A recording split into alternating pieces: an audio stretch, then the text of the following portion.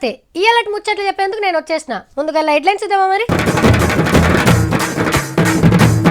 శ్రీరామ్ సాగర్ కు పునర్జీవనం, ఏడాదిలో తెస్తారట పల్లెలకు పచ్చదనం.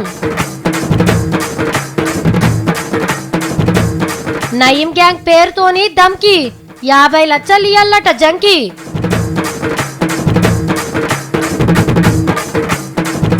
దుమ్ము రేపిన గోరేటి ఎంకన్నా, పాటే కాదు నీ డాన్స్ కూడా సూపర్ అన్నా. తుపాకీ రాయుడు ఫత్తుకునుడే కాదు, ఫేల్చుడు కూడా బాగానే ఫేలుస్తా. జాతరలో ఊపిరి బుగ్గలు ఫేల్చే గన్నులు అనుకుంటున్నావా? రిగల్ గన్స్. నిజం నిలకడెరుగు, నీరు పల్లమెరుగు అంటారు.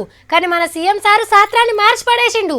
లెక్కకైతే నీళ్లు ఉతార్లకు పోతాయి, కానీ ముఖ్యమంత్రి సారు మీదికెత్తిపోతుండు ప్రాజెక్టులను కట్టి. మరి ఏమనుకుంటారు కేసీఆర్ సార్ అంటే? 1,00,00,000 ఎకరాలకు నీళ్లు ఇయ్యాలంటే కొత్త కొత్త ఐడియాలు చేయాలి కదా. శ్రీరామ్ సాగర్ ప్రాజెక్ట్ ని నింపే కార్యానికి ఇవాళ శంకుబండ వాతిండు సీఎం సారు. వరద కాల్వ పనులకు భూమి పూజ చేసి అటెంక మట్టి దొవ్వి పనులను సురువు చేపించిండు. 2,000 కోట్ల పనులను చేపిస్తుర్రు. ఇక పోచంపాడు దగ్గర పెట్టిన మీటింగ్ లో మాట్లాడిండు. ఆంధ్రాకు నీళ్లు తీసుకుపోయే నాగార్జున సాగర్ ఏమో వైష్ణవాలయం లాగా దగదగలాడుతున్నది. ఇది తెలంగాణ ప్రాజెక్టు కాబట్టి అయ్యకు పట్టది, అమ్మకు పట్టది, అందుకే శివాలయం లాగా ఉన్నదని చెప్పి ఆ రోజు నేను చెప్పిన. నాలాంటి అదృష్టవంతులు చాలా తక్కువ మంది ఉంటారు. 96లో ఏ శ్రీరామ్ సాగర్ కట్ట మీద నేను ఉద్యమం చేస్తా, తెలంగాణ సాధిస్తా, తెలంగాణకు న్యాయం చేస్తా అని చెప్పినో అదే మాట ప్రకారం తెలంగాణ రాష్ట్రం సాధించి రాష్ట్ర ముఖ్యమంత్రి హోదాలో శ్రీరామ్ సాగర్ పునరుజ్జీవ పథకానికి ఫౌండేషన్ వేసిన వచ్చిన జన్మ ధన్యమైంది అని చెప్పి ఈ సందర్భంగా మీకు నేను మనవి చేస్తా ఉన్నా. మహారాష్ట్రకెళ్లి గోదావరి నీళ్లు సుక్క రాకున్నా శ్రీరామ్ సాగర్ ప్రాజెక్టు కాల్వలకు సరిపోను నీళ్లు వచ్చేటట్టు చూస్తామన్నాడు. శ్రీరామ్ సాగర్ ప్రాజెక్టును కాళేశ్వరం నీళ్లతోనే నింపడం ఖాయం. మీ బిడ్డగా నా పని చేసి చూపిస్తానని మనవి చేస్తా ఉన్నా.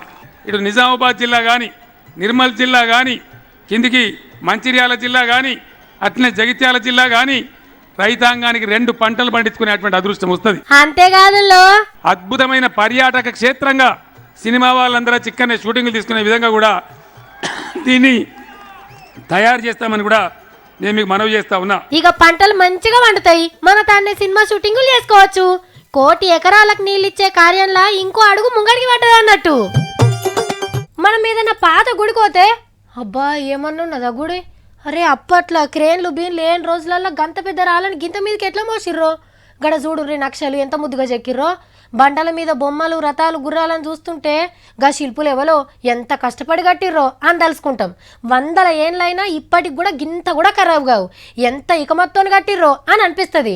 గంత గొప్ప గుళ్ళు గోపురాలు కట్టేటప్పుడు చూసే భాగ్యం మనకు దక్కలే, కానీ ఇప్పుడు దక్కుతుంది. చలో యాదగిరిగుట్ట.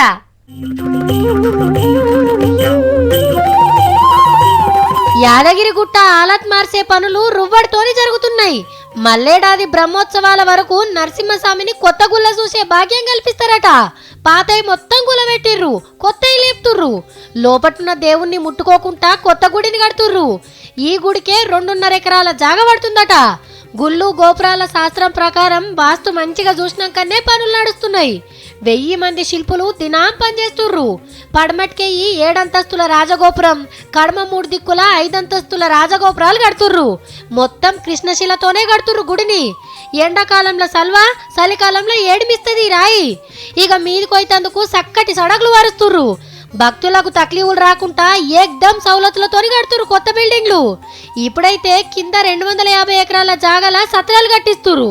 పచ్చటి పార్కులు, మైదానాలు, గుట్ట చుట్టున్న చెర్లను చిన్న ట్యాంక్ బండ్ లెక్క సింగారిస్తున్నారు. 1,800 కోట్ల రూపాయలతోని గుట్టను గుర్తుపట్ట రాకుండా మారుస్తున్నారు అన్నట్టు. మునుపు యాదగిరి గుట్టను ఎవరు కట్టించారో చాలా మందికి తెలియకుండొచ్చు.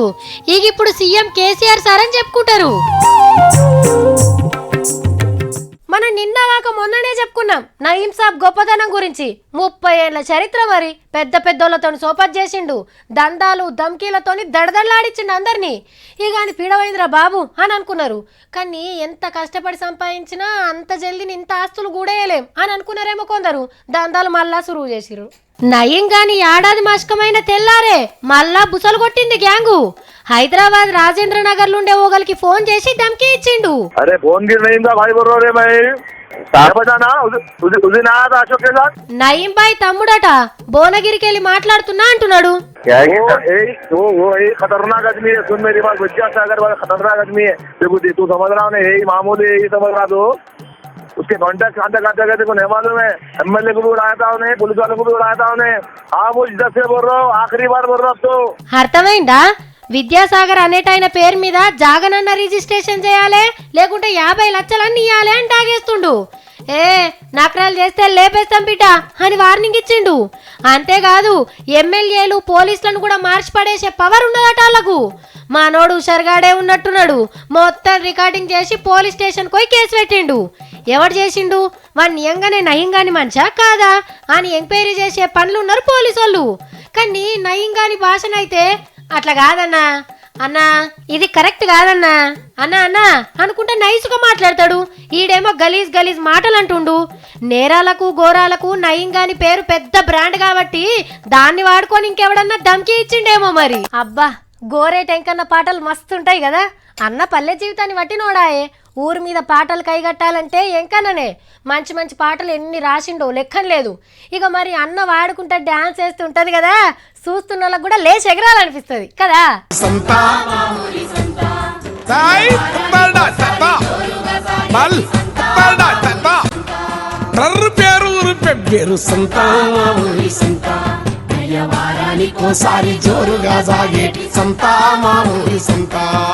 ఎంకన్న లెక్క ఎవ్వరు రాయలేరు, ఎంకన్న లెక్క ఎవ్వరు డాన్స్ చేయలేరు. సెల్ ఫోన్లు ఎట్లా జడగొడుతున్నాయో ఒక మంచి పాట కైగట్టిండు.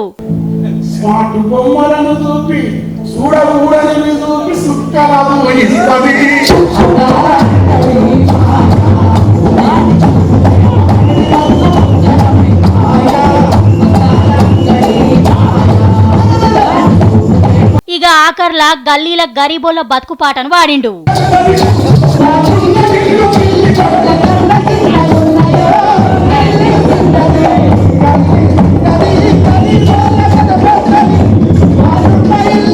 విశాఖపట్నంలా రచయిత జాలాది జాతీయ అవార్డులను గోరేటి ఎంకన్నకు, సుద్దాల అశోక్ తేజన్నకు ఇచ్చి సన్మానం చేసిండ్రు.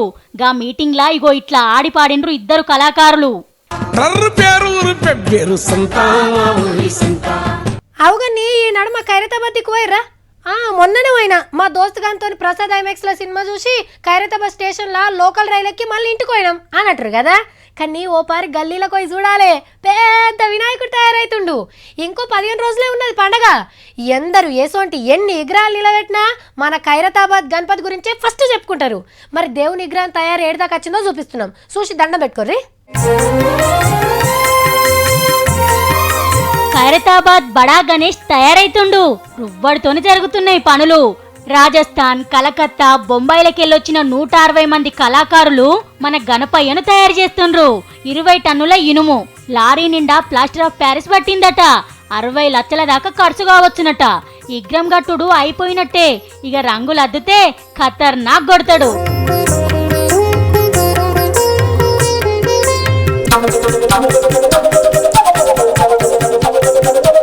ఇగో ఈ ఫోటోలున్నట్టుగానే దర్శనమిస్తాడు భక్తులకు. శ్రీ చండీకుమార మహాగణపతి అని పిలవాలే. గణేశుడు నిలబడితే పాము పడిగిప్పుతది. కింద ఇట్రోకు కుమారస్వామి, అట్రోకు అమ్మవారుంటారు. ఇక ఇటుపక్కకు మహాశివుడు పులి చర్మం మీద కూసుంటే అట్రోకు మహిషాసురమర్దిని రూపంలో అమ్మవారు దర్శనమిస్తది. నిరుడు కంటే 1 అడుగు తక్కువ, అంటే 57 అడుగులు ఉంటాడు. పెద్ద గణపతి కాబట్టి పండుగకు 2 రోజుల ముందు సందే చూడనిస్తారట.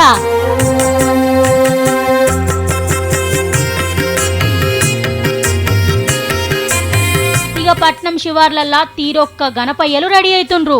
మట్టి విగ్రహాలు నిలబెడితే మంచిదని ఈ తాప కూడా జోరుగానే ప్రచారం అయితే చేస్తుండ్రు. మరి అట్లనే గల్లీలలో విగ్రహాలు పెట్టాలంటే ముందుగానే పోలీసులతోనే పర్మిషన్ తీసుకోవాలట. ఆల్రెడీ చందాలు రాపిచ్చే కార్యం సురువైంది. రేపటెల్లుండి మీ ఇంటికి కూడా వస్తారు బుక్కులు పట్టుకొని.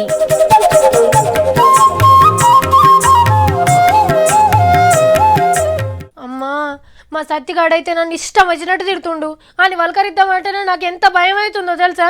మరి ఇవాళ ఏం చేస్తాడో ఇడు. సత్తిగా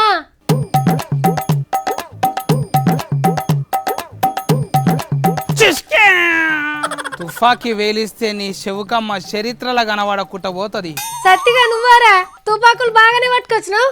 పట్టుకునుడే కాదు, ఫేల్చుడు కూడా బాగానే ఫేలుస్తా. జాతరలో ఊపిరి బుగ్గలు ఫేల్చే గన్నులు అనుకుంటున్నావా? రిగల్ గన్స్. నిన్న తుపాకులు లేకుండా కాలుస్తాను బెదిరించినావు, ఇవాళ ఏకంగా తుపాకులు తెచ్చినవేంద్రా? అవి నిజంగానే అంటవా? సిగరెట్లు అంటు పెట్టనీకనో, గాస్ పోయి ముట్టి అనీకనో, టపాకులు గాలబెట్టనీకనో తెచ్చిన అనుకుంటున్నావు? ఐరి ఫేల్చనీకనే తెచ్చిన. ఏమైందిరా నీకు? కనికరం లేకుండా గట్ల మాట్లాడుతున్నావు. నేనేం చేసినా నన్ను ఇంతగానో బెదిరిస్తున్నావు?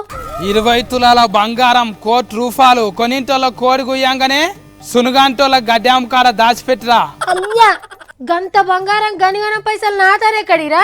నీ తానేముంటది? నెత్తిలో ముక్కిపోయిన సౌరము, ఇంటి మీద తొర్రలు వాటర్ రేకులు, ఇంట్లో లొట్టలు అయిన భోగానికి నెల కూర సట్టులు, నీ తానేమున్నది? ఇంకా మరి ఈ తుపాకులు ఎందుకు పట్టుకొచ్చినావు? అక్క ఇవి చూడంగానే తుపాకులు అంటాను గుర్తుపట్టినావు. ఎప్పుడన్నా కాల్చినవా? నువ్వే కాల్చుకొని ఇక చూసినవా? ఎట్లా నీకు ఇవి? సినిమాలలో చూడనారా, బుడ్డ పొరాన్ని అడిగిన అది ఏంద్రా చెప్పంటే తుపాక్ అని చెప్తాడు. పెద్ద నీకే తెలిసినట్టు చెప్తుండేడా. మరి విక్రమ్ గౌడ్ అని ఎందుకు అట్లా అంటాడు? తుఫాక్ అంటే నేను ఎన్నడూ చూడలేదు, దాన్ని ముట్టుకోనేలేని నాకు తెలియవరా అంటున్నాడు. ఏది ముఖేష్ గౌడ్ సాబ్ కొడుకు విక్రమ్ గౌడ్ అన్న? అదే మొన్న కాల్పులు జరిగాయి కదా, దాని గురించా నువ్వు మాట్లాడేది? గాయననే అక్క. తుఫాక్ అంటే తువ్వాలనుకున్నాడేమో విక్రమ్ అన్న. అందుకే ఇగో తుఫాకులు పట్టుకొని పోయి చూపించి ట్యూషన్ నేర్పించి వస్తా అక్క. ఏంది, ఎవరన్నా పిల్లగాళ్ళకి చదువు చెప్పనీకి ట్యూషన్ చెప్తారా? నువ్వేంద్రా తుపాకుల గురించి ట్యూషన్ చెప్తా అంటున్నావు? తు అంటే తుఫాకి, గో అంటే గోలి, కా అంటే కాల్చుడే, ఫో అంటే పోలీస్, రా అంటే రాత్కం. విక్రమ్ గౌడ్ అన్న ఏమన్నా వాళ్ళు నేర్చుకునే చిన్న పిల్లగాడారా? తుపాక్ అంటే తెలియకపోనీకి ఏదో ఉత్తగా అన్నాడేమో అట్లా. నిజంగానే తుఫాక్ అంటే ఏంటిదో తెలియరంట. మళ్ళీ ఆయన ఎవరాన్ని ఈసారి సూటి పెట్టి కాలిస్తే తిఫల్ అవుతుంది. అందుకే సూఫెట్ వస్తా నేను.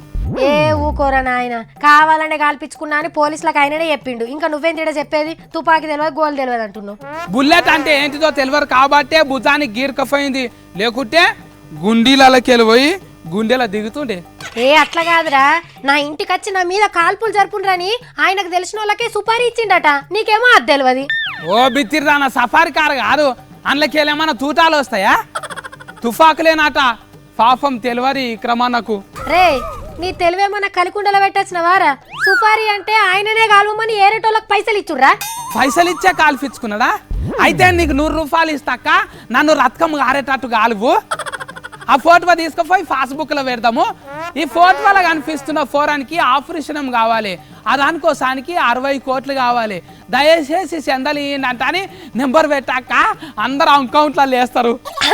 అట్లా కాదు, విక్రమ్ అన్న పిల్లని ఏంటంటే వచ్చే ఎలక్షన్లో ఓట్ల కోసం సానుభూతి పెరగాలని చేసిండని పోలీసులు అనబట్టే. మరి ఎలక్షన్లు అప్పుడు మందిని ఓట్లను అడుక్కుంటే ఓట్లు పడతాయి, కానీ గిట్లా తూటలు దిగితే దావకాంలో పడతాడు అంట అని గాయంతో కూడా తెలియదు అక్క. గట్లా చేసిండు. ఏమో సత్తి, ఇంటోళ్ళతో లొల్లులట, పైసలు లేక తిప్పలు పడుతున్నాడట, గందుకే పైసలు ఇచ్చి కాల్పించుకున్నాడని అందరు అంటున్నారు సత్తి. ఆయన పైసలు లేకనే తిప్పల వాడుతున్నాడు అంట, ఇంకా ఏదో పైసలు ఇచ్చి కాల్పించుకుంటాడు. నువ్వు ఇచ్చినావు ఏమన్నా పైసలు ఆయనకు? చూసినట్టు మాట్లాడుతున్నావు. ఏది జరిగినా నువ్వు నన్నే అంటవారా? అట్లా కాదు సత్తి, ఇంటోళ్ళు చుట్టాల మెప్పు కోసం గీ డ్రామా అన్న విక్రమ్ గౌడ్ అన్ననే చెప్పిండట, పోలీసు వాళ్ళకు కూడా చెప్పిండట. అది తెలుసా నీకు? ఆయనంతకు ఆయనే కాల్చుకొని దవాఖానలో పడితే చుట్టుముట్టోళ్ళు చుట్టాలు అందరు పలకరియనికి వచ్చి సేఫ్ పండ్లు, అంగూర పండ్లు, డబ్బులు రొట్టెలు, పాలు తీసుకొని వస్తారు అనుకున్నాడేమో పలకరియనికే. నీ ఊహించుకున్నట్లా మనవాడగాని ఆ తుపాకులు ఓలయాలకు ఇచ్చేసిరా పో. పోలీసు వాళ్ళు చూసినట్టు ఇప్పుడు నిన్ను నిజంగా పట్టుకోపోతారు.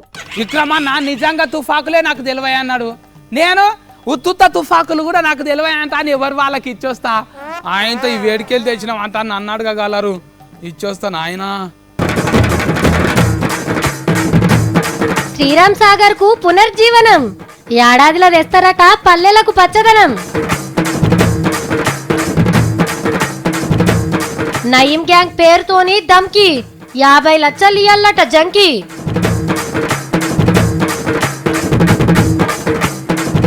దుమ్ము రేపిన గోరేటి ఎంకన్నా, పాటే కాదు నీ డాన్స్ కూడా సూపర్ అన్నా.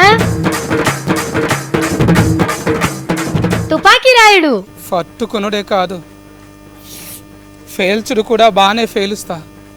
జాతరలో ఊపిరి బుగ్గలు ఫేల్చే గన్నులు అనుకుంటున్నావా? రిగల్ గన్స్. అయిపోయినాయి ముచ్చట్లు, నేను వేస్తా మరి. టాటా.